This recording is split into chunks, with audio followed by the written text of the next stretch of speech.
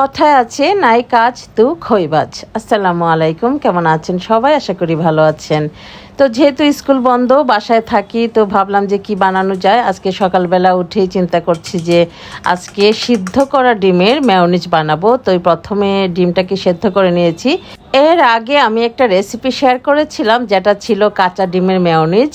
আসলে কাঁচা ডিমের মেয়োনিজটা খেতে আমার একটু কেমন কেমন লাগে, তো ভাবলাম যে আজকে সেদ্ধ করা ডিম দিয়ে মেয়োনিজ তৈরি করি আর আপনাদের সাথে রেসিপিটা শেয়ার করি। তো দেখতে থাকেন পুরো প্রণালীটা।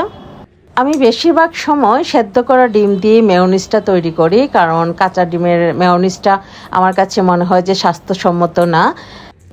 আমার অনুরোধ থাকবে, সেদ্ধ করা ডিম দিয়ে মেয়োনিজ বানিয়ে অবশ্যই বাসায় ট্রাই করবেন, কারণ কাঁচা ডিমের মেয়োনিজটা হয়তো মনে হয় যে অনেক বেশি ভালো হয়, কিন্তু সেদ্ধ ডিমের মেয়োনিজটাও কিন্তু অনেক ভালো হয়।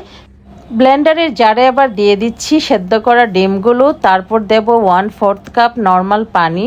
এখানে পানিটা অবশ্যই ব্যবহার করতে হবে। আর দিয়ে দিচ্ছি 1/3 কাপ সয়াবিন তেল। এবার দিয়ে দিব 3 চামচ পরিমাণ গরুর দুধ, যেহেতু 3টা ডিম ব্যবহার করেছি। আর এই গরুর দুধ কিন্তু মেয়োনিজের স্বাদটা অনেকখানি বাড়িয়ে তোলে। এবার দিয়ে দিচ্ছি 1/2 চা চামচ পরিমাণ গোলমরিচের গুঁড়ো। আর এবার দেব সামান্য লবণ। তারপর এখানে আমি 2 চা চামচ পরিমাণ চিনি ব্যবহার করব। চাইলে আপনি ব্যবহার করতে পারেন, আর যদি না চান তাহলে ব্যবহার নাও করতে পারেন। দিয়ে দিচ্ছি 5 কোয়া রসুন, আর দেব এখানে লেবুর রস।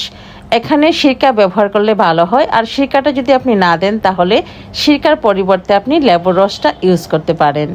এবার খুব ভালো করে ব্লেন্ড করে নেব।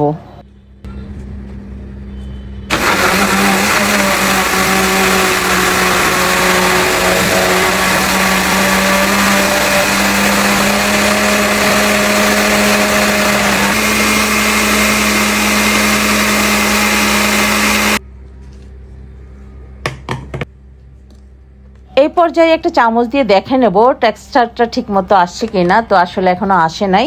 আমি আরেকটু সামান্য তেল অ্যাড করব। অ্যাড করার পর আবার ব্লেন্ড করে নেব।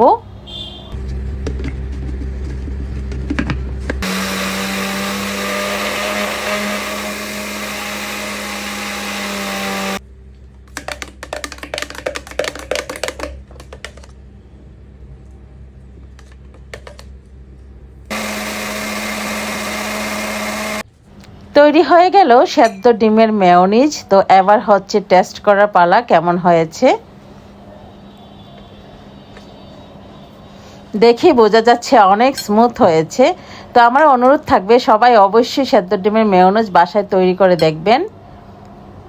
টেস্টটাও অসাধারণ হয়েছে। এই মেয়োনিজটা যে কোনো জারে ভরে আপনি নর্মাল ফ্রিজে রেখে 1 সপ্তাহ পর্যন্ত খেতে পারেন। আর টেক্সচারটা দেখেন এত সুন্দর হয়েছে, দেখেই বোঝা যাচ্ছে কতটা স্মুথ হয়েছে। তো ভিডিওটা ভালো লাগলে অবশ্যই একটা লাইক কমেন্ট করবেন, আর এরকম মেয়োনিজ বানিয়ে বার্গার, স্যান্ডউইচ আর ব্রেড দিয়ে খাবেন। আর যদি ভালো লাগে ভিডিওটি শেয়ার করবেন।